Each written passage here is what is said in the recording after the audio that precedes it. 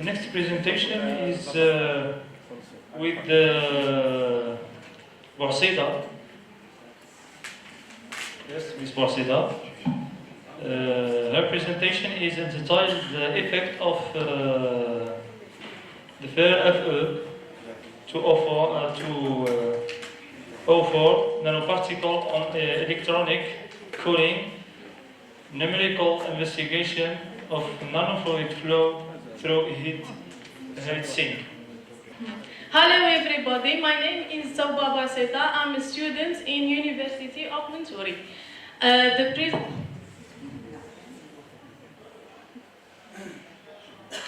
The topic of my presentation is effects of ferro-oxide nanoparticle on electronic cooling, numerical investigation of nanofluid flow through the heat sink.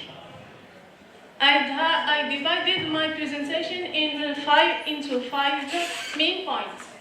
I will begin by an introduction about nanoparticles and nanofluids. Second, we would look modeling and mathematical equation, then validation, and I will continue by results and conclusion. I finished by main results in a conclusion.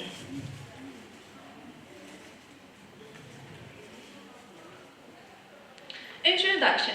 Nanotechnologies refers to the branch of science and engineering devoted to designing, producing, and using structured devices and systems by manipulating atoms at molecules at nanoscale. Adding nanoparticles to base liquids is technology that has attracted the interest of scientists and has applied in many fields, as example, power plants, heating and cooling of buildings, refrigeration system, renewable energy system, cooling of electronic devices and vehicles.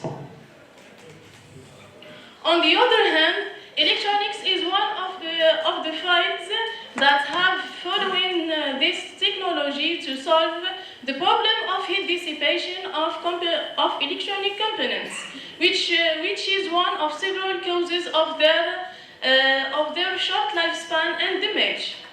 Research have confirmed that increasing the temperature of these devices by 10 degrees Celsius reduce their reliability and efficiency by 50%. As one of the solutions, this study aims to enhance cooling efficiency of CPU employing heatsink, which is equipped by porous media and subjected to forced convection of ferro-oxide nanofluids. The last part is modeling and mathematical equations. The fig one is schematic the heatsink, including the porous fins. The dimensions of heatsink are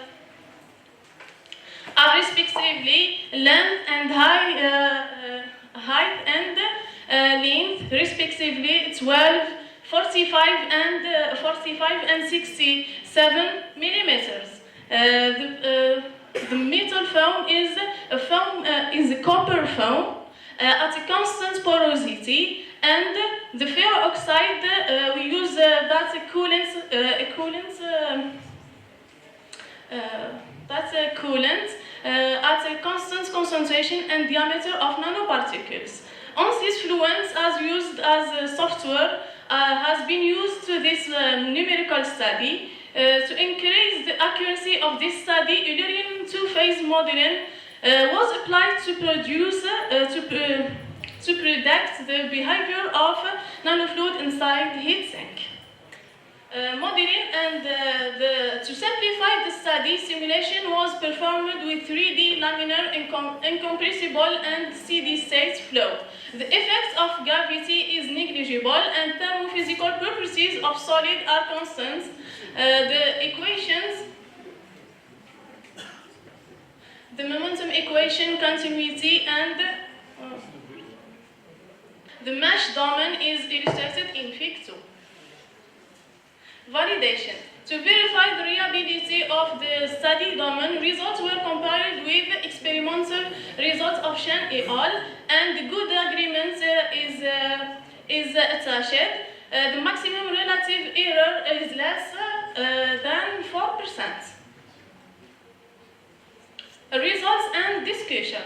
As we can see, the fig 4 is heighted represents heighted temperature versus Reynolds number. The temperature decreases as flow accelerator, but cooling is efficiency with the nanofluid as the surface temperature drops to 304.8 degrees Celsius versus using water where temperature is 318 degrees Celsius as Reynolds 1100.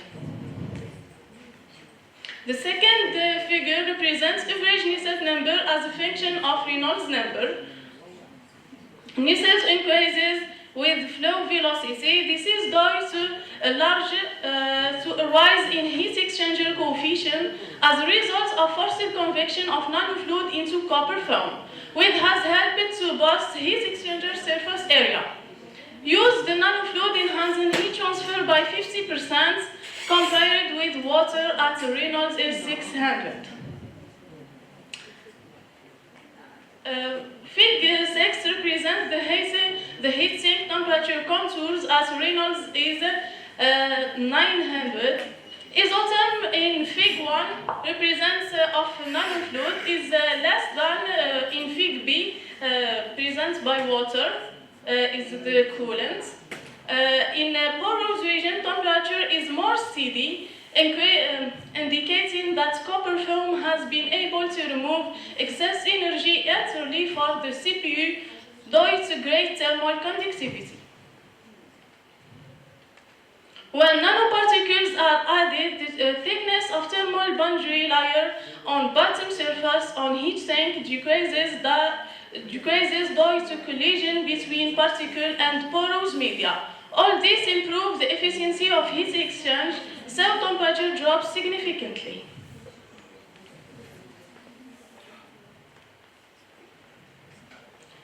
The last reason is the contours of velocity. It is clear that velocity is highest in area without porous or copper film. This can be explained by film pores acting as a barrier of water passage. In addition, the collision occurring between water and the porous media.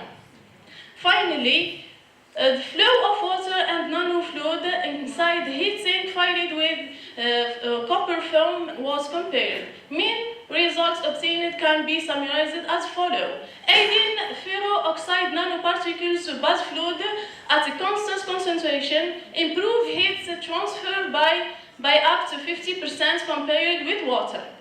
Using copper film leads to an enhancement of Nusselt number at constant porosity and the pressure of the presence of nanoparticles reduced heat sink temperature to 14 degrees Celsius that improved cooling efficiency.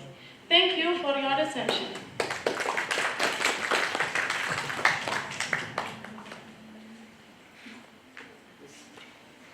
Thank you.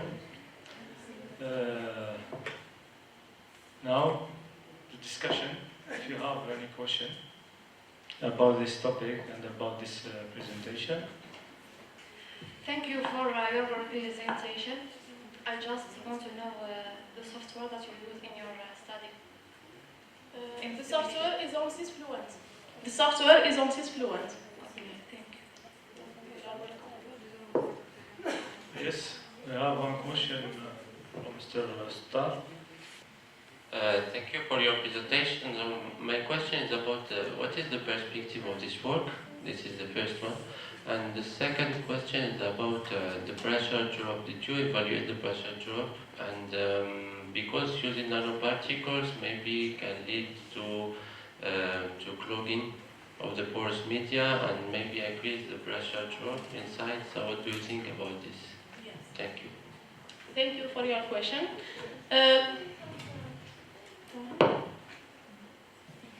The purpose of this study is to enhance the cooling efficiency of electronic coolant. When we reduce the temperature of bottom of heat sink,